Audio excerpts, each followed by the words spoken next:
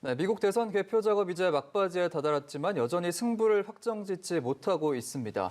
민주당 바이든 후보가 승기를 잡았지만 여전히 곳곳에서 초박빙 양상을 보이고 있기 때문인데요.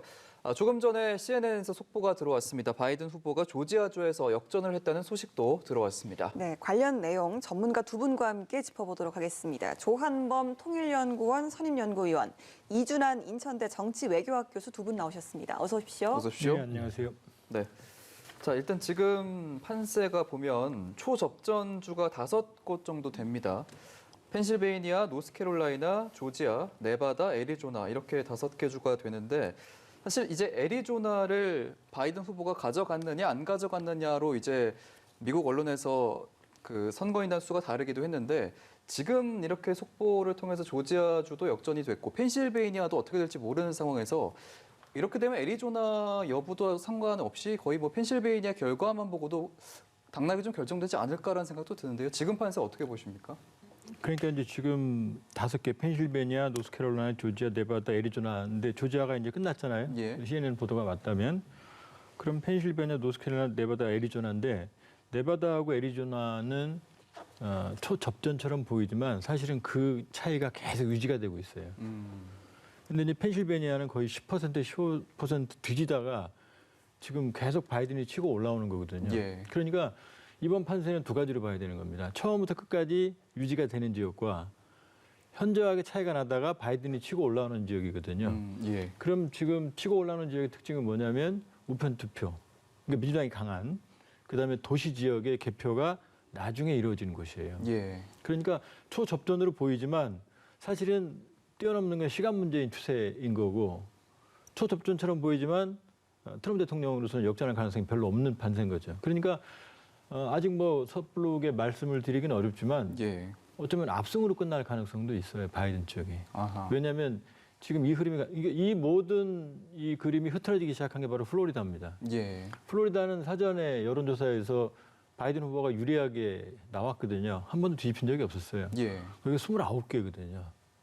근데 여기를 만일에 바이든이 처음에 가져갔다고 그러면은 그럼 처음부터 접전이라는 말이 나오지도 않았을 거예요. 아하. 근데 플로리다가 먼저 트럼프가 가져갔고 두 번째는 트럼프가 유리한 표들이 먼저 까기 시작했어요. 그러고 나서 바이든 후보가 쫓아가는 형국이 돼버렸거든요. 왜냐? 우편 투표는 나중에 오거든요.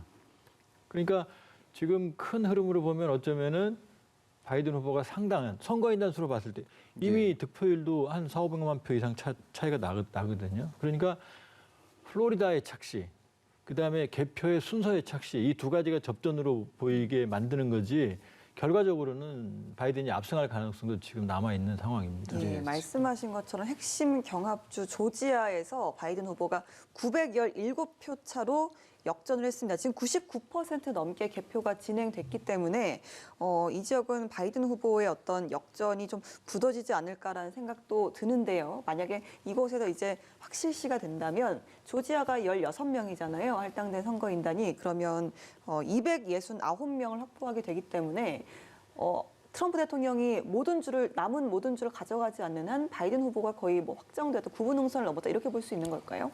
구분응선을 넘었다는 표현은 맞을 거예요. 근데 지금 몇 가지를 먼저 얘기를 한다면 애리조나는 그 AP 통신에서 이 집계를 하는데 AP에서는 애리조나 결과가 트럼프가 패배하고 또 이 바이든 후보가 이길 것이다라고 해서 264개의 선거인단이 바이든이 확보하고 있다라고 하는 거고 지난 2016년에 그 여론조사 결과하고 다른 선거 결과가 나왔기 때문에 언론사가 굉장히 조심하고 있거든요. 그래서 CNN이나 다른 언론사에서는 아직 애리조나를 264에다 포함을 안 시키고 253명을 확보했다라고 하는 그런 게 이제 애리조나의 일인데 애리조나는 전통적으로 보수 그 공화당 지지 세력이었다가 이번에 그 트럼프에서 지지를 바이든 쪽으로 선회를 시킨 거죠. 그리고 지금 막 역전했다고 보도가 나오는 조지아에 관해서 얘기를 한다면 조지아가 지금 그 개표가 중단이 된 걸로 나오잖아요. 그 이유는 앵커께서는 그 리포터 하는 과정에서는 이유가 잘 안 나왔다고 하지만 지금 그 해외 부재자 투표가 예. 아직 그 미싱 상태라는 거죠. 지금 8,899표가 미도착했다고 하는데 예. 이걸 어떻게 받아들이냐에 대해서 논쟁이 붙어가지고 개표가 지금 잠정 진행이 더디는 거죠. 99% 이상 더 못 나가는데 예. 문제의 초점은 뭐냐면 조지아는 사전 투표를 부재자 투표를 당일날까지만 받아요. 예. 그래서 지금까지 확인이 안 되면 그거는 그 없어지는 사표가 될 거예요. 이제. 그래서 그거는 간주가 안 되는데 그거가 민감하니까 지금 논쟁을 하니라고. 근데 지금 917표 차로 역전했다고 하지만 조지아의 선거법에 따르면 0.5%표 미만으로 후보의 표가 집계가 되면 예. 자동 재검표를 하게 돼 있어요. 예. 그리고 그렇기 때문에 지금 지금 9분응선은 넘은 거 아니냐? 9분응선은 넘었죠. 역전했다라고 하는 정도로. 그런데 자동 재검표를 기다리고 있기 때문에 요거는 시간이 걸릴 겁니다. 최종적으로 확정되기까지는. 예. 그래서 이번 주 안에 누가 이기고 누가 270표를 확실하게 선거인단을 확보했다라고 말하는 것은 예. 조금 시기상조가 되지 않을까라고 생각을 해요. 그럼 단순히 이제 집계 결과가 나왔다고 하더라도 자동 재검표라는 어떤 순서가 있기 때문에 이번 주 안에 확정짓기는 어렵다 이런 말씀일까요? 그런데 이제 사실상 이제 숫자가 270을 조지아는 사실은 의미가 뭐 이긴 건 이겼다고 그러면 해도 그 한 표를 추가하지 않으면 아무런 의미가 없는 거거든요. 예. 그러니까 그런 의미가 일단 짚어지는 거고 또 하나는 이제 지금 트럼프 대통령이 사실은 상당히 지금 무리수를 두고 있거든요. 근데 왜냐하면 저게 아직도 이제 숫자를 넘지 않았기 때문에 그런 거거든요. 근데 만약에 펜실베니아나 이런 쪽으로 넘어간다 그러면 자동 재검표라는 건 의미가 양쪽에게 똑같은 거거든요. 오히려 바이든 표가 더 나올 수도 있거든요. 트럼프 표가 더 나올 수도 있지만. 예. 그러니까 만약에 펜실베니아 벽이 무너지면 왜냐하면 펜실베니아는 지금 필라델피아 쪽이 남아 있거든요. 예. 거기는 뭐 지금 필라델피아 자유회종도 있고 미국 민주주의 정신의 근간이거든요. 절대적으로 민주당이 유리하거든요. 그러니까 필라델피아 뒤집는 거는 시간 문제로 보여지는 거고요. 저 20석이거든요. 그럼 조지아하고 필라델피아를 합치면은 289석이 되거든요. 예. 그러면 이 수치가 주는 중량감이 있거든요. 그러면 아마 트럼프 대통령에 대한 특히 이제 조지아는 미국 남북 전쟁에서 남부군의 핵심 도시예요. 예. 가장 보수적인 곳이에요. 근데 조지아까지 넘어가고 애리조나까지 넘어가고 만일에 펜실베니아까지 넘어간다 그러면은 자동 재검표나 나머지 절차, 법적 절차는 사실상 의미가 없어지는 거죠. 그렇기 때문에 지금 펜실베니아가 아마 조만간 아마 바이든이 역전하는 상황이 온다 그러면 예. 뭐 속세 말로 그냥 게임 끝인 분위기로 가겠죠. 그렇죠. 20명의 펜실베이니아. 아무래도 이제 남은 표 대부분이 우편 투표다 보니까 바이든 후보에게 유리하다라고 좀 보는데 교수님께서는 동의하십니까? 그렇죠. 아무래도 선거 초반에 개표할 때는 펜실베니아에서 트럼프 대통령이 굉장히 앞서 나갔었어요. 근데 이제 11월 3일부터 그 다음 날 사전 투표 거기는 이제 6일분까지 사전 투표로 11월 3일 날 도장이 찍힌 것이 도착하면은 개표를 해요. 그러다 보니까 점점 더 많이 바이든 후보의 표가 나오는 추세라서 예. 지금 거의 따라잡았죠. 따라잡아 있는데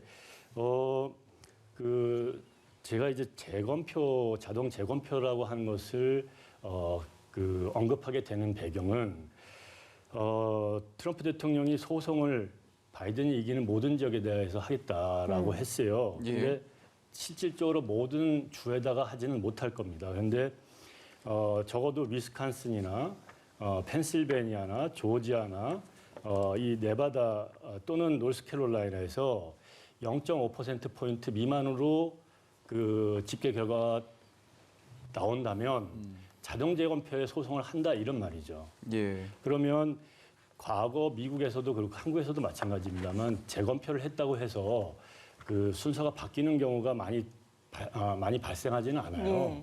근데 재검표를 들어가게 되면 위스콘신도 포함해서 지금 253명, 264명이거든요. 예. 근데 위스콘신 지역도 재검표를 소송을 걸어놓고 있기 때문에 이제 재검표를 11월 17일 날 재검표를 실시하겠다고 공표를 하면은 예. 신청을 받아요.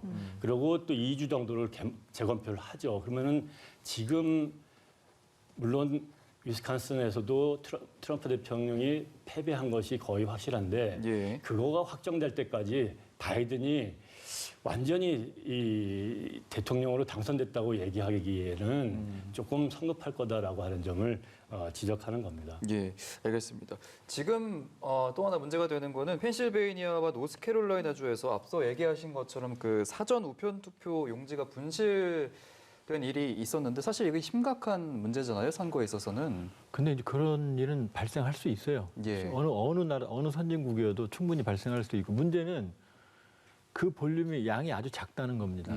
그게 대규모 이게 선거에 시비를 제기할 수는 있지만 판세 당락을 바꿀 정도는 아닌 거고요. 근데 지금 또 하나는 트럼프 대통령의 입장에서는 네. 어떤 법적 분쟁으로 가기 위한 근거가 필요한 상황이기 때문에 이런 것도 좀 트럼프 대통령의 입장에서는 좀 중요한 근거가 되지 않을까 싶어요. 아직 확인은 안 된 겁니다. 예. 저게 단순한 사무차건지 예. 정말로 분실돼서 그 증거가 있는 건 아니에요. 그러니까 오늘 미국 CNN 보도나 폭스 같은 데서도 트럼프 대통령이 아무런 증거 없이 지금 자기가 당하고 있다라고 얘기하고 있는 게 아무런 증거 없이거든요. 그리고 소송을 한다고 하더라도 지금 소송은 연방 대법원이고 각 주가 있거든요. 근데 미국은 특징이 51개 나라가 모인 연합체예요. 그러니까 각 주의 주권이 매우 강력합니다. 그리고 각 주의 주권을 건드리는 순간 미국의 건국 정신이나 건국 이념이 깨져버리거든요. 예. 그러니까 각 주에서 안 받아들이면 끝나는 거예요. 이미 안 받아들였거든요.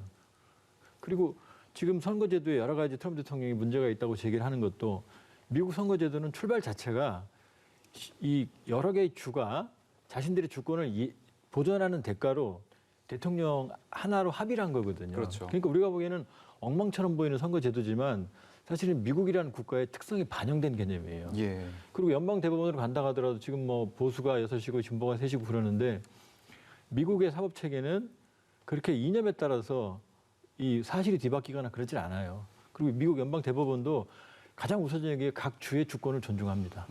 그러니까 지금 트럼프 대통령이 일부에서는 무리해서 보수적인 성향의 대법관을 앉혀서 사전 포석으로 지금 자신의 유리 그렇다고 해서 지금 객관적인 사실이 바뀌는 건 아니거든요. 예. 그렇게 믿었던 폭스조차도 지금 트럼프 대통령이 비판적이에요. 그리고 폭스가 가장 바이든에게 유리한 지금 평가를 내놓고 있어요. 오히려 CNN은 보수적으로 예. 지금 가고 있고 폭스는 오히려 CNN이 주저하는 지역도 바이든의 승리 지역으로 지금 예. 내세우고 있거든요. 그리고 또 하나는 이미 미국 주류 언론이나 물론 이제 언론들이 다 트럼프를 싫어하지만 그는 오피니언 리더 그룹에서 트럼프를 비난하는 여론들이 시작이 됐어요. 그러니까 일부 밑바닥에서는 그 지지 계층들이 충돌할 수는 있지만 미국이라는 큰 여론이 지배하는 흐름들은 지금 트럼프 대통령의 무리수에 대해서 지금 비난하는 여론이 형성이 되고 있거든요. 예. 그 점을 또 같이 봐야 되는 거죠. 예, 지금 미국 대선이 이제 치러진 지 사흘이 지났지만 아직도 지금 승자가 결정되지 않는 상황 아닙니까? 뭐 저희가 지금까지 이야기해온 뭐 우편 투표가 분실이 된다든지 개표가 중단이 된다든지 지금 또 각자 그 후보들이 본인의 승리를 좀 확신하는 선언을 내놓기도 했고요. 선거가 좀 조작됐다, 뭐 소송 이야기도 실제로 진행이 되고 있는 상황인데 이렇게 올해 대선이 이렇게 좀 혼돈 속에 혼란으로 빠져드는 결정적인 이유가 있다면 어떤 걸로 꼽을 수 있을까요? 선거가 치열하기 때문에 그래요. 그리고 미국 역사상 이 그 선거 결과가 대부분은 선거 한 당일날 나오고 그리고 승복하고 또 그 패자가 승자한테 전화하고 승자는 예. 또 포용하는 선언을 하는 그런 게 관례이지만 미국에서 선거 끝난 다음에 선거 결과가 안 나오고 상당히 오랫동안 지속된 사례가 2000년 대통령 선거도 있고요. 1876년에 대통령 선거가 있어요. 일단 그것들 사례를 말씀드리기 전에 지금 노스캐롤라이나 지역에서 우편 투표가 이제 분실됐다. 펜실베니아 주에서 우편 투표가 1000몇 장, 다 합쳐서 한 4000장 정도 없다 이러는데 조 박사님께서 얘기했다시피 어느 지역, 영국에서도 이런 일이 상당히 많이 발생을 했고 미국에서도 과거에 이런 일이 발생을 했는데 왜 지금 노스캐롤라이나에서 2020년 대통령 선거 때 이게 주목을 받느냐? 예. 여기가 어떻게 가느냐에 따라 선거 결과가 영향을 받기 때문이죠. 과거에는 그런 일이 발생해도 그거 대통령 선거의 결정에 영향을 안 줘. 아, 이거 있었어도 뭐 그러면서 넘어왔었던 일들이에요. 그러니 이거를 소송을 한다 하더라도 일단 노스캐롤라이나는 사전투표 용지가 12일까지 도착하는 분까지 유효한데 지금은 5일, 6일란 말이에요. 그러면 남은 일주일 동안 그거 찾아내면 된다라고 생각할 거예요. 없어졌다. 그러면 거기는 그것이 그대로 사실 이 사전투표 용지의 투표가 통계적으로는 지금 바이든 표지 트럼프 표는 아니거든요. 예. 그래서 이것이 선거 결과에 영향을 그렇게 주지 않을 거고 그래서 이것을 기회로 해서 트럼프 대통령 캠프에서 소송을 건다. 그러면 이제 노스캐롤라이나 주의 법 체계에 따라 가지고 이 소송이 진행이 되는데 이러저러한 지금까지의 그 지적 사항으로 인해서 이거는 심각한 문제가 아니다라고 결정을 내릴 가능성이 굉장히 농후한 거죠. 그리고 지금 이제 선거가 끝난 지 3일, 4일째 돌아가는데 미국에서 당선자가 확정이 안 되고 예. 오히려 재검표니 또 선거 소송이니 해서 한 달 정도 더 기다려야 된다라고 하는 그 상황인데 2000년 미국의 대통령 선거에서도 이 플로리다 주에서의 이 재검표 문제, 그때도 자동 재검표 문제였어요. 예. 0.5% 미만에 이 걸려 있으니까 격차가 1,800표가 안 됐을 거예요. 조지 W. 부시 후보하고 엘고 후보의 플로리다 주의 그 표차가 그러다 보니 재검표를 해가지고 했더니 더 줄어들었어요. 그랬더니 이제 더 손으로 재검표를 하자라고 주장을 하다가 결국은 이제 35일을 끌었죠. 법적 소송으로. 예.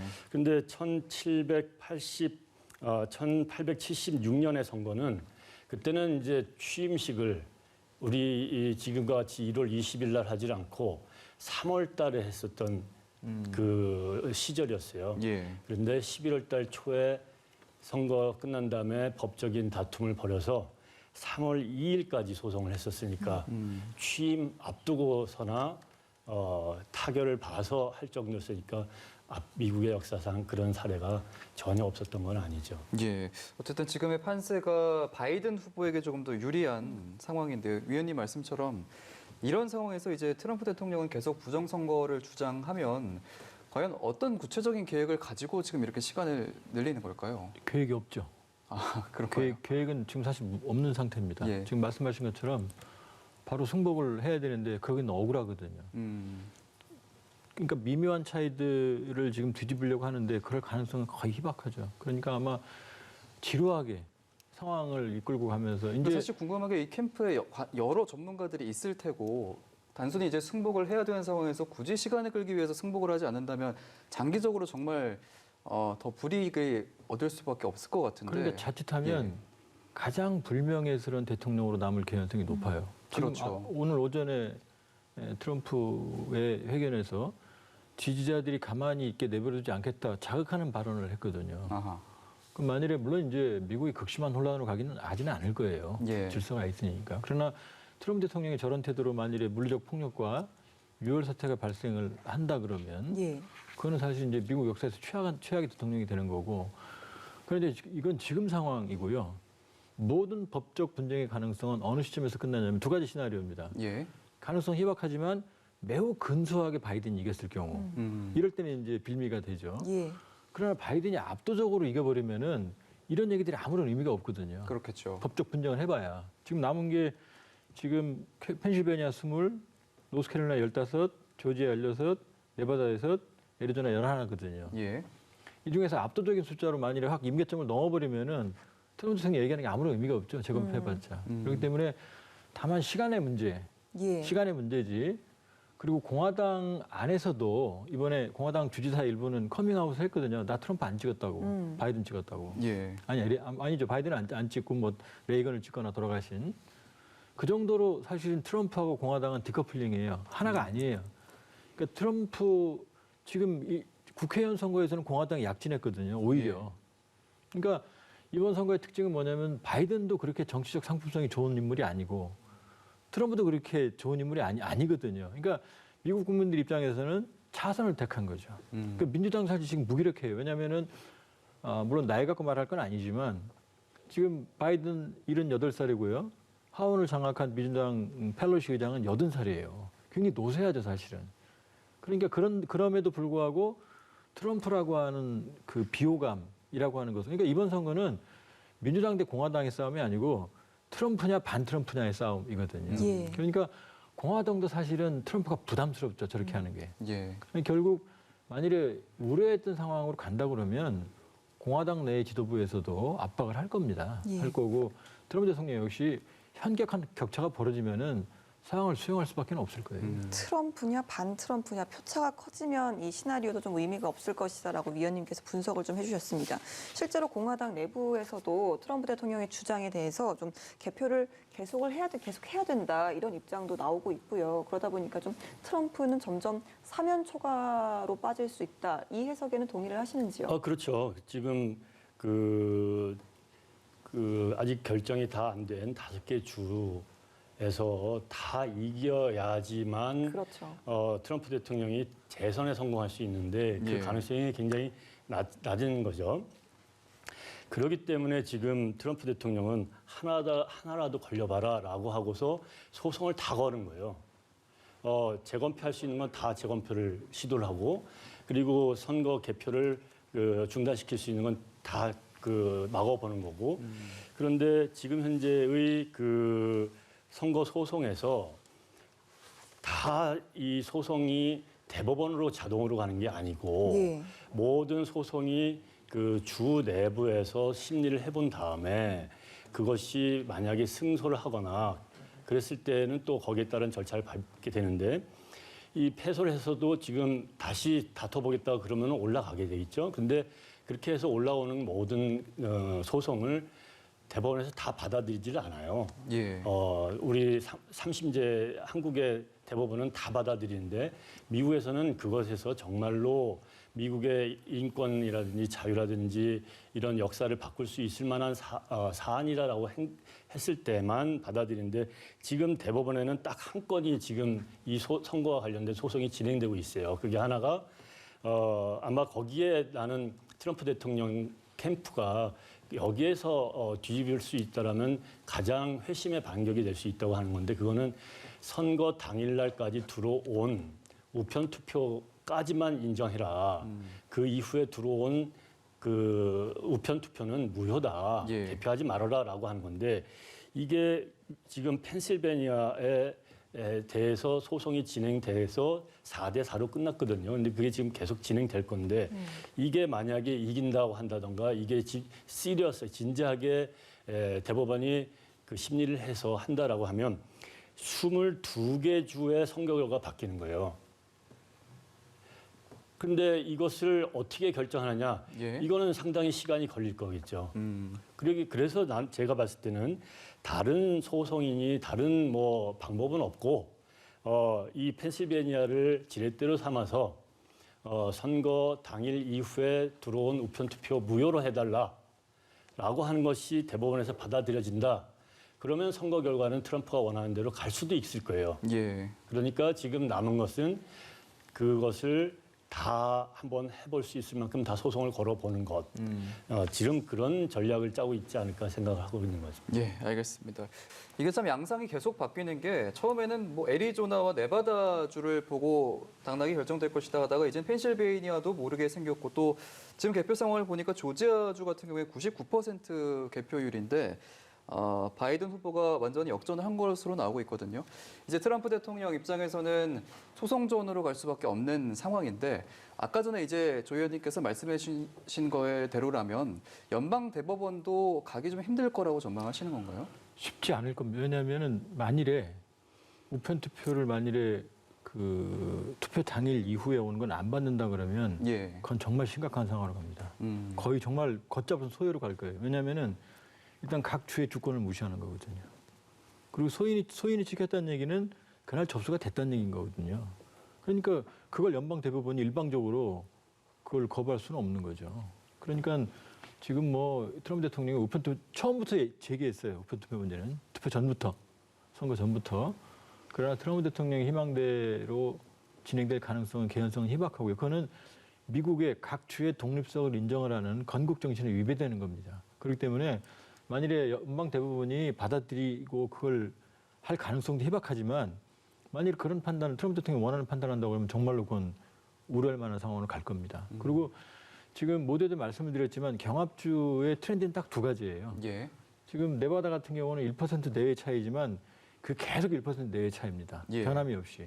그건 이제 고정적인 트렌드라는 얘기죠. 근데 나머지 지역들은 많게는 15% 이상 차이가 났던 걸 지금 바이든이 한 번도 뒤지지 않고 치고 올라오는 거거든요. 예. 그 얘기는 지금 우리 언론에는 안 나오겠지만 미국의 선거 방송을 보니까 카운티별로 평가가 다 돼 있어요. 그러니까 이 카운티는 어디가 유리하고 이 카운티는 어디가 유리하고. 그러니까 CNN이나 AP나 여러 가지 보도하는 게 보면 그냥 내는 게 아닌 거고요. 나머지 있는 판세를 다 분석을 하고 나서 그걸 더해서 합산해서 얘기를 하는 거예요. 그러니까 차이는 미미해 보이지만 지금 언뜻 보면은 그 리드하고 있는 상황으로 보면 트럼프가 앞서고 있거든요. 그럼에도 불구하고 바이든이 유리하다고 저렇게 절대적으로 평가하는 이유는 이미 판세 분석이 다 끝났다는 겁니다. 그리고 우리가 첫날로 복귀를 해보면 예. 트럼프 대통령이 처음 연설했죠. 백악관에서. 파티 예정했던 날. 파티를 취소했다고 그랬죠. 예. 근데 뭐 확인은 안 됐지만 참모들이 파티를 만료했다는 설이 있어요. 이미 진 걸 알고 있었던 거죠. 그날 사실 트럼프 대통령이 조용조용 얘기했거든요. 정말로 자신있었으면 춤을 췄겠죠. 자, 이겼다고. 근데 오히려 거꾸로 바이든이 좀 더 적극적으로 승리를 향해 가고 있다고. 그때는 이제 변명인 줄 알았죠. 예. 그러나 바이든 쪽 캠프도 그런 판세 분석을 이미 하고 있었던 거죠. 그러니까 겉으로 보면은 트럼프 대통령이 압승으로 가고 있는 것처럼 보이지만 각 캠프에서는 아직 열지 않은 부분들이 어디가 유리한지를 다 알고 있었던 거죠. 그러니까 첫날 밤부터 CNN 앵커들이 이제 CNN 앵커들은 이제 바이든 지지자들이니까 그 성향이니까요. 목소리가 밝아지더라고요, 새벽부터. 그러면서 카운티를 계산해내는데 거의 신났어요, 이 사람들이. 예. 그러니까 겉으로 보여지는 이 모습과 실제 드러난 판세는 상당히 달랐던 겁니다. 예, 이미 좀 승기는 확실히 바이든 쪽을 기울었다라고 말씀을 좀 하셨는데 트럼프 대통령께서 좀 유도를 하길 이제 연방 대법원까지 이 소송을 가져가길 원하잖아요. 뭐 그 이유가 이제 많이들 이야기를 하고 있지만 보수 성향의 대법관이 진보 성향의 대법관보다는 훨씬 많은 상황으로 이루어져 있기 때문인데 만약에 연방 대법원까지 이걸 가져가더라도 반드시 트럼프가 원하는 방향으로 흘러가진 않을 것이다. 라는 이야기에 대해서 어떻게 생각하시나요? 대부분은 이제 그 보수 성향의 대법관으로 6대 3을 만들어 놨으니까 당연히 트럼프 손을 들어줄 거 아니냐라고 하는 분석이 많아요. 그렇죠. 예. 그리고 지금 트럼프 대통령이 미국의 모든 저 바이든 후보가 이긴 모든 주에 소송을 하겠다 그러면 그게 다 대법원에서 판결을 하는 걸로 다 소송이 그렇게 진행해 있다라고 이해를 하고 있는 경우가 많은데 그 두 가지 다 근거가 희박할 수 있다고 생각합니다. 먼저 아까도 말씀드렸지만 이 소송이 있다고 하더라도 그 지금 개표를 중단해달라고 하는 소송들은 이미 몇 가지 조지아라든지 미시간에서 제기했었던 소송들은 이미 주 수준에서 기각이 됐어요. 그렇죠. 그리고 그와 유사한 그 소송들을 펜실베니아에서도 제기를 했을 텐데 그런 소송들은 미국에서는 어떻게 평가하냐면 이거는 이길 가능성이 전혀 없는 소송들이다. 예. 그리고 따라서 이것을 연방 대법원에서 이걸 다룰 이유도 0%인 거죠. 다만 소송이 여러 가지가 진행되는데 연방 대법원에서 진행될 소송은 그럼 뭐냐? 대통령 후보가 결정이 안 됐으니까 누가 대통령이 되라고 골라주는 그것을 하는 거냐? 그건 절대로 아니고 지금 대법원이 할 수 있는 소송은 아까도 제가 언급했지만 그리고 조 박사님께서도 언급했다시피 이 투표 당일날 들어오지 않은 우편 투표에 대해서 그것을 유효하게 인정하지 말아달라고 하는 것이 트럼프 대통령의 주장이고 예.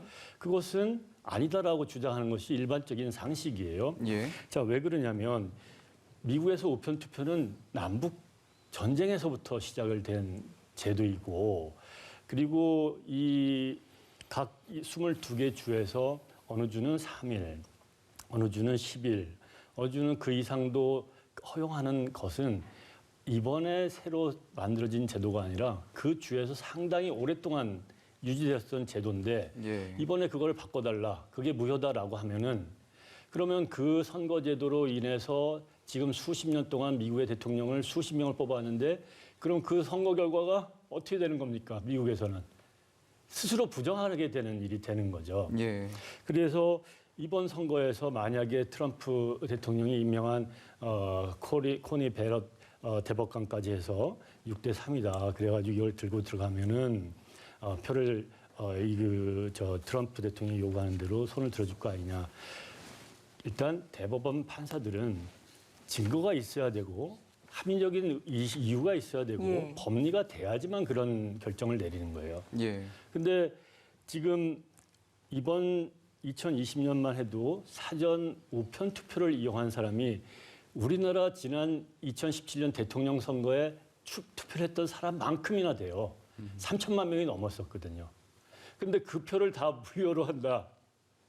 그리고 22개 선거 결과가 나온 주들의 이 사전 투표가 이 선거 당일 이후에 온 것들 다 솎아내라 라고 한다고 하는 것에 미국이 얻을 수 있는 실익과 이것이 합리적이지 않다라고 했을 때 얻을 수 있는 실익을 대법관들이 판단을 하겠죠.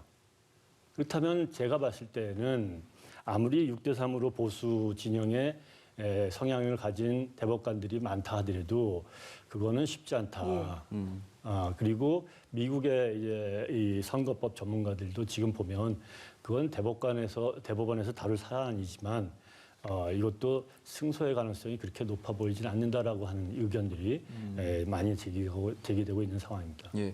지금 상황에서 바이든 후보가 이제 상황을 인지한 듯이 마치 당선인의 행보처럼 이제 코로나19 관련 브리핑을 받기도 하고 인수위원회 홈페이지를 열기도 했는데 앞으로 이제 바이든 후보가 만약에 당선이 된다면 바이든 후보 같은 경우에는 이제 동맹을 중시하고 또 다자주의 외교로 굉장히 유명한데 정책 기조가 좀 어떻게 흘러갈 거라 전망하십니까? 박근혜 정부 때 이런 말이 있었거든요. 예. 비정상의 정상화 이런 말을 많이 썼거든요. 예. 아마 비정상의 정상화일 겁니다.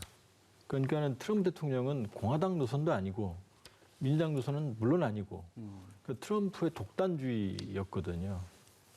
근데 그게 이제 핵심이 뭐냐면 미국의 국제적인 책임을 방기하는 것. 그러니까 당연히 동맹을 무시하고 국제 질서를 무시하고 아메리카 퍼스트라고 그러지만 사실 자세히 들여다보면 미 퍼스트예요. 자기의 정치적 성과만 강조하는 거지 예. 미국의 국익도 많이 손상을 시켰거든요. 그러니까 바이든으로서는 이를 원상태로 회복을 하는 게 중요한 거예요. 그러니까 민주당 노선으로 가는 게 중요한 게 아니라 정상적인 상태로 돌리는 게 가장 중요한 거죠. 공화당도 동맹을 중시하고 민주당 동맹을 중시하거든요. 그러니까 동맹과 함께 그러니까 바이든의 임무는 다시 미국을 세계의 지도국가로 복귀시키는 겁니다. 그러니까 트럼프처럼 미국 고립주의가 아니라 첫째는 국제주의, 그다음에 동맹과 함께, 예. 그다음에 국제 질서를 준수하는 거죠. 그러니까 제일 먼저 얘기한 게 파리 기후협약에 다시 들어가겠다였거든요. 예. 그러니까 파리 기후협약에 들어간다는 게 왜 중요하냐면 인류 보편적인 가치를 트럼프 대통령 무시했거든요. 경제적 이익 때문에. 그런데 바이든은 그걸 다시 되돌리겠다는 거거든요. 인류 보편 가치, 국제주의, 동맹주의, 결국 WTO 같은 세계 무역기구의 중심에, 그러니까 미국의 독자주의가 아니라 그렇기 때문에 이런 정책으로 크게 보면 회귀할 거고 한반도 정책도 여기에 영향을 받겠죠. 예. 이게 그렇기 때문에 바이든으로서는 사실은 일단은 가장 우선은 분열된 미국을 통합하는 게 가장 큰 과제일 거예요. 왜냐하면 이번 바이든은 역대 최고의 표를 얻었고 트럼프 대통령도 패자가 된다면 패자치고는 역대 최고를 얻은 겁니다. 그렇죠. 그런데 두 후보 다 뭐 이렇게 얘기하면 두 분 다 싫어하겠지만 제가 보기엔 정책 상품은 역대 가장 하위권에 속하는 그룹들이거든요. 근데 왜 이렇게 투표율이 높아졌느냐? 바로 갈등이거든요. 예. 분열. 상대방에 대한 불신과 증오. 이게 트럼프 대통령이 4년 동안에 만들어온 미국을 갈라놓은 거거든요. 예. 그러니까 이 상처를 치유하는데 상당히 시간이 걸릴 거고 그러니까 이번 선거는 정책 선거가 아니었어요. 트럼프가 밉냐 안 밉냐 이거였지. 그러니까 무슨 세금인지 이런 모든 문제를 블랙홀처럼 빨아들여 버렸거든요. 그러니까 바이든으로서는 일단 더 잘하는 것보다 비정상으로 갔던 궤도를 정상으로 돌려놓는 게 가장 어려운 과제가 될 거고 아마 한반도 정책도 여기에 영향을 받게 될 겁니다. 예, 일단 뭐 외교까지 가기도 전에 일단 바이든 후보가 당선이 된다면 가장 최우선 과제는 당연히 미국 내 혼란과 좀 분열을 막는 게 될 것 같은데 그렇다면 어떤 카드가 좀 있을까요? 지금 사실 그거는 테스형도 못할 일입니다.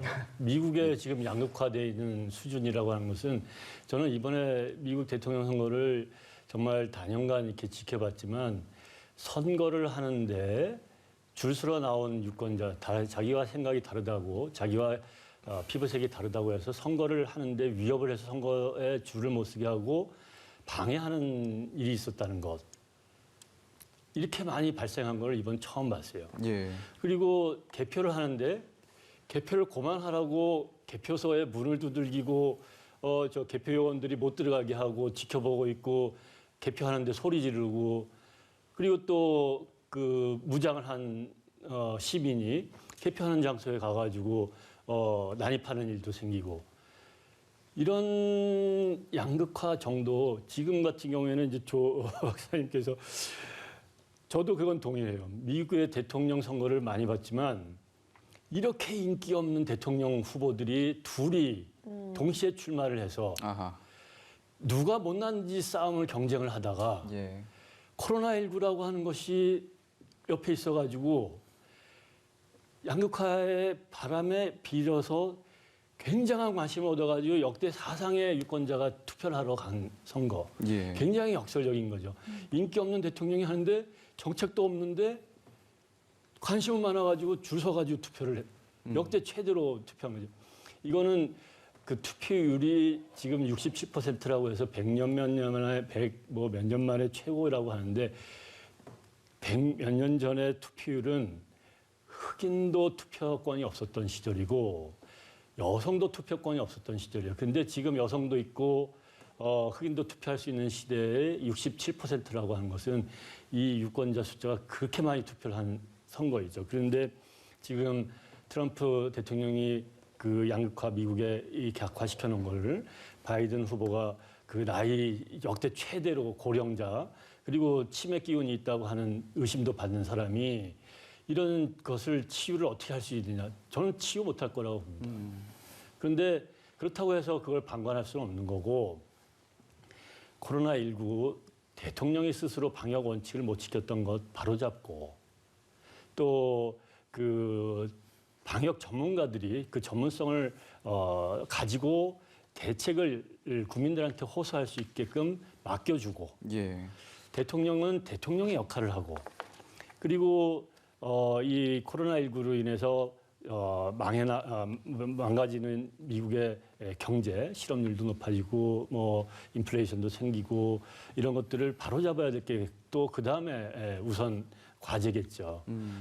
그런데 지금 선거 결과 예상했었던 것과 달리 공화당이 상원과 하원을 많이 이겼다는 결과가 나오지 않습니까? 예. 바이든 대통령이 당선돼가지고 대규모 바이든 후보가, 엄청난 예. 규모의 재정을 풀어가지고 이 부양을 시키려고 하더라도 예. 이것이 상하 양원에서 협조를 받아야지만 그걸 발휘할 텐데 이것도 지금 녹록치 않은 상황이고 그 외에 지금 4년 동안에 트럼프 대통령이 외교, 복지, 교육, 한미 관계, 이 한일 관계, 일본과 미국 관계, 중국하고 미국 관계 이것들 다 굉장히 정상의 궤도에서 이탈됐었던 것을 바로잡으려고 한다라면 굉장히 큰 노력, 장기간의 노력 이런 것들이 지금 그 소요될 거고 앞으로 남아 있는 상황이라고 생각합니다. 여기서 이제 좀 첨언을 드리면요. 예. 이번에 하나는 코로나의 저주를 얘기를 해야 될 것 같아요. 예. 지금 트럼프 대통령이 코로나 무시했거든요. 결국 본인이 걸렸어요. 그래서 열흘이라는 시간을 백악관에서 못 나갔습니다. 이게 상당히 치명타가 됐을 것 같아요. 예. 왜냐하면 플로리다 같은 경우는 트럼프 대통령이 집중적으로 공략을 했거든요. 예. 공략 성과가 나온 거죠. 그러니까 그 열흘 동안 접전 지역에 본격적으로 만일에 행보를 했더라면 아하. 사실은 상황이 더 트럼프 대통령이 유력에 갈 가능성도 왜냐 박빙이었으니까요. 네. 그렇게 보면 결국 트럼프 대통령 본인이 그렇게 무시했던 코로나의 저주의 희생자가 됐다. 첫 번째. 두 번째는 코로나 본인이 걸린 것도 그렇지만 예. 트럼프 대통령이 4년 동안 대통령으로 한 제 기억으로는 미국과 국제사회를 분열시켰. 국제 가치, 보편 가치를 무시하고 예. 모든 책무를 무시한 거거든요. 그런데 얻은 표는 평소 같으면 당선될 만큼의 표를 얻었다는 거죠. 그건 이제 뭐 샤이 뭐 트럼프 그러는데, 그러니까 샤이 아메리카인 거죠. 미국의 어두운 민낯인 거죠. 사실은 절대로 상식적인 상태에서는 표를 많이 못 받아야 되는데 예. 천문학적인 표를 얻었다는 거죠. 그러니까 이건 결국 백인 우월주의, 그것도 백인 남성 우월주의를 공공연하게 내세우는 인물이 지금 어떻게 보면 정말로 트럼프 대통령 당선되기 어려웠거든요. 예. 코로나도 있었죠. 그다음에 미국인들이 기준이 되는 경제, 그다음에 인종, 코로나 세 가지가 1, 2, 3위입니다. 지금 선거 기준에. 다 불리하거든요, 본인에. 예. 사전투표도 불리하고. 그런데 잘못하면은 어쩌면 트럼프 대통령이 당선될 수도 있을 만한 상황이 지금 초기에 벌어진 거거든요. 그러니까 이거는 사실 우울한 거죠. 그러니까 미국의 민도, 그리고 이 허술한, 그리고 또 하나는 결국 4년 동안의 트럼프 집권 동안 저렇게 선진국, 거대한 제국도 퇴보할 수 있구나. 네.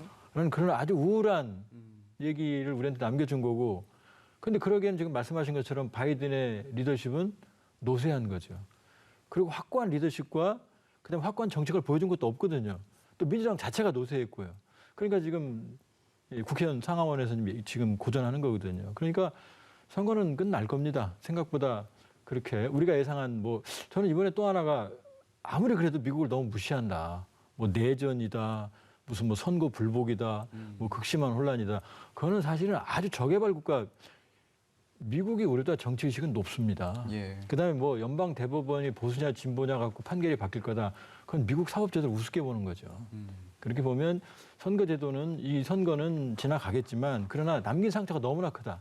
예. 그리고 바이든의 리더십 과연 쌓인 국내 산적한 갈등, 국내 문제, 국제 문제를 이 혼돈을 극복하고 얼마나 강력한 리더십을 보일지는 그건 물음표인 거죠 지금. 예, 조 의원님 말씀하신 것처럼 이번 미국 대선 참 뭐 이례적인 이야기들이 많이 나오고 있지만 코로나19의 확산이 분명히 좀 이번 대선의 변수가 되었다라고 진단해 주셨는데요.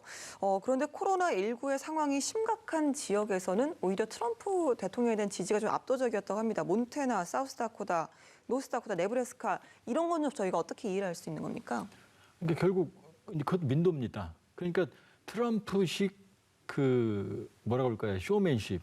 그다음에 트럼프식 검증되지 않은 그 방역 절차 이런 것들에 대해서 사실은 그런 지역일수록 사실은 트럼프의 지지자도 많고 네. 백인 남성 우월주의도 많고 그다음에 트럼프의 화법이 통하는 지역인 거거든요. 조금만 더 생각해 보면 트럼프의 방역 실패라는 건 명확하거든요. 예. 그러니까 저렇게 코로나 호되게 그러니까 미국 친구가 하는 얘기가 그렇게 호되게 코로나에 당하고 트럼프에 당했는데도 찍어준다. 예. 참 창피하다 이런 얘기를 전해왔거든요. 예. 그러니까 사실은 코로나 때문에 트럼프를 찍었다. 그 인과관계를 찾기는 좀 어려운 겁니다. 우연히 그렇게 될 수는 있겠지만요. 예. 어떻게 보면 두 분이 총평을 해주신 것 같아요. 이 최다 투표율, 최다 득표율이 나올 수 없는 상황에서 참 역설적이게도 그게 나왔다라는 말씀들을 해주셨고요. 이제 우리나라에 좀 미 대선 결과가 미칠 영향을 좀 보려고 하는데 시간 관계상 이 교수님한테 한미 동맹과 관련된 얘기를 듣고요. 조 의원님에게 대북 정책과 관련된 얘기를 듣도록 하겠습니다. 자, 이 교수님, 이 방위비 분담과 관련해서 좀 바이든 후보가 당선이 되면 출구를 찾지 않을까라는 전망도 있는데 어떻게 보십니까? 그게 가능성이 높은 진단이에요. 예. 굉장히 합리적인 예상인데 왜냐하면 바이든 후보가 TV 토론에서도 그러고 그 전에도 그러고 트럼프식의 이 증액 요청은 갈취다. 어떻게 비즈니스 관계로 저 한미 동맹을 풀려고 하느냐 이런 비판을 한 적이 있어요. 예. 그러니 지금 한미 동맹을 강화시키자고 하는 측에서는 10배 올려달라고 했어도 그것도 올려주자라고 했을지 모르지만 협상을 굉장히 잘 슬기롭게 국익의 관점에서 풀어왔고 또 다행히 바이든 대통령이 탄생한다면 갈취라고 자기가 얘기했기 때문에 그 정도의 요구는 안 하고 합리적인 수준으로 타결이 될 가능성이 좀 더 보인다고 생각이 들고요. 예. 마찬가지로 이것과 연관돼서 그 방위비 분담금을 더 많이 한국한테 받아내려고 주한미군 카드를 꺼내지 않았습니까? 예. 이 분담금을 많이 내지 않으면 철수할 수도 있다 이런 얘기를 협상에 올렸다고 또 언급이 됐었는데 뭐 이 주한미군 문제는 우리가 요구해서 있는 것보다도 미국이 미국의 국익에 따라서 있는 그리고 북한뿐만 아니라 중국에 대항할 그 차원에서 이 주한미군을 놓고 있고 또 미국의 뭐 법으로 아예 그 주한미군 철수는 21만 명인가 그 이하로는 못한다라고 하는 게 이미 법으로 돼 있어서 예. 못하는 건데 아예 아마 이 바이든 정부가 탄생한다면 이 두 가지 문제는 더 깨끗하게 정리가 되지 않을까 예상을 합니다. 예, 알겠습니다. 바이든 정부의 대북 정책에 대해서 좀 말씀 여쭙고 싶습니다. 사실은 경우의 수가 복잡합니다. 왜냐하면 이제 윤리적인 측면이나 국제사회 안정적인 측면에서는 바이든 후보가 되는 게 사실은 바람직하죠. 그러나 한반도 문제에 관해서는 사실 좀 복잡합니다. 왜냐하면 이 남북 관계나 비핵화 문제는 워낙 복합적이기 때문에 예.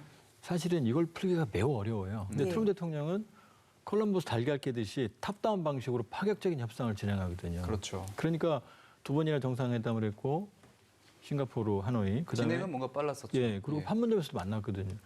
그러니까 미국 대통령이 한 번 처음 만난 것도 이례적인데 벌써 두 번 정상회담을 했고 회동까지 세 번을 했거든요. 1년 조금 더 되는 시간에 거의 1년이네요. 싱가포르 612, 630이니까요.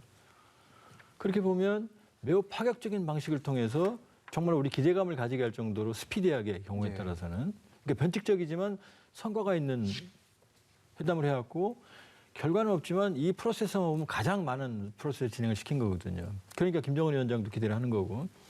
근데 이 단점은 뭐냐면 트럼프 대통령은 이 비핵화와 북미 관계의 본질보다는 자신의 정치적 성과주의가 강하거든요. 그러니까 합의를 해도 불안하죠. 부실하고 디테일이 약하고 그런 문제가 있고 결국 현실화됐죠. 근데 바이든의 경우에는 일단 진정성이 확인이 돼야 된다. 그리고 바텀업 밑에서부터 모두 조율된 다음에 보여주기식 정상회담은 안 할 겁니다. 예. 그러니까 모든 게 합의되고 도장만 찍으면 되는 상황에서 가니까 시간이 많이 걸리겠죠. 또 하나는 취임은 내년 1월 20일이거든요. 외교안보령 구도 청문회 고려하면 또 몇 달, 팀 꾸린 때 몇 달. 그럼 정말 시간이 기약 없이 흘러갈 수 있고 북한은 지금 초조하거든요. 예. 그러니까 사실 북한 입장에서는 악몽의 시나리오죠, 지금이. 그런데 경우에 따라서는 바이든이 뭐라고 말하냐면은 북한의 핵 확산을 먼저 막겠다. 현실적인 목표죠. 그다음에 북한의 핵 능력이 축소되어야만 협상을 하겠다. 이 얘기는 빅딜은 아니더라도 스몰딜에서 협상이 가능하다는 얘기거든요. 예. 이걸 이제 비판하는 사람들은 핵 군축으로 가는 거 아니냐 그러지만 어쨌든 완전한 비핵화나 목표를 설정해놓고 단계적으로 스몰딜을 통해서 가겠다는 노선으로 보여지거든요. 그럼 북한의 입장에서도 성과가 나올 수도 있고 경우에 따라서 그리고 이제 민주당 정부나 일반적으로 미국은 평화협정을 트럼프처럼 깨지를 않습니다. 그러니까 바이든 정부에서 합의가 나오면 그건 안정적이죠. 또 하나는 이제 동맹을 중시하기 때문에 한국과 협력도 강화할 겁니다. 예. 근데 이 문제는 또 복합적인 게 지금 누가 되든 중국을 견제하는 전략에는 변함이 없을 거거든요. 그렇죠. 근데 트럼프 대통령은 중국을 견제하지만 자기 혼자 하거든요. 예. 내 마음대로 하거든요. 근데 바이든은 동맹과 함께 가겠다는 거거든요. 그럼 우리를 대중전선에 포함시키려고 굉장히 노력을 시킬 거예요. 압박전선에. 그럼 우리는 상당한 부담이 발생하는 거죠. 선택을 해야 되는 압박이 생기죠. 그렇죠. 그러니까 많은 트럼프로 인한 한미 관계의 불확실성은 해소가 되겠지만 바이든이 된다고 해서 꼭 한국 정부의 자율성이 커지는 건 아니다. 그렇기 때문에 우리가 어떻게 하느냐가 중요한 거죠.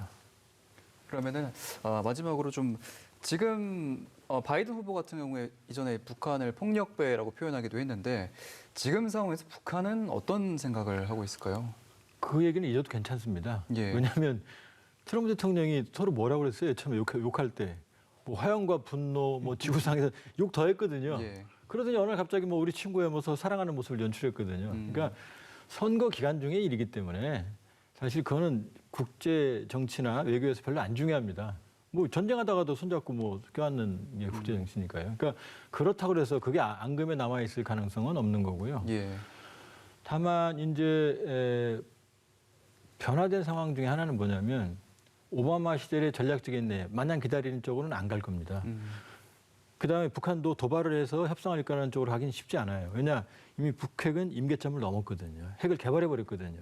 그러니까 과거에는 도발을 하면 핵 진전이 되니까 그걸 막아야 되는 시급함이 있었거든요. 그러니까 지금은 도발하면 굉장히 위험해지죠, 이제.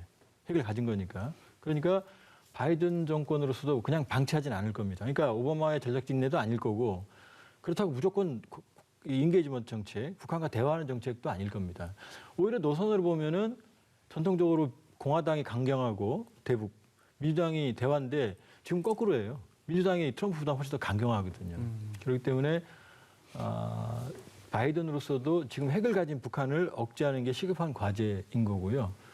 지금 우리로서는 지금 그 공백기, 취임 전 당선자 신분으로서도 북미 접촉을 하도록 해야 되는 거고 또 당선되면 시급하게 외교 안보 라인이 진행이 갖춰지기 전이라도 예. 이 북미 대화를 견인해내는 그러니까 우리 노력이 매우 중요한 시점이 돼버렸습니다. 지금. 알겠습니다. 네, 오늘 말씀 여기서 정리하겠습니다. 미국 대선 개표 상황 또 향후 전망까지 조한범 통일연구원 선임연구위원, 이준환 인천대 교수와 함께 짚어봤습니다. 오늘 말씀 고맙습니다. 고맙습니다.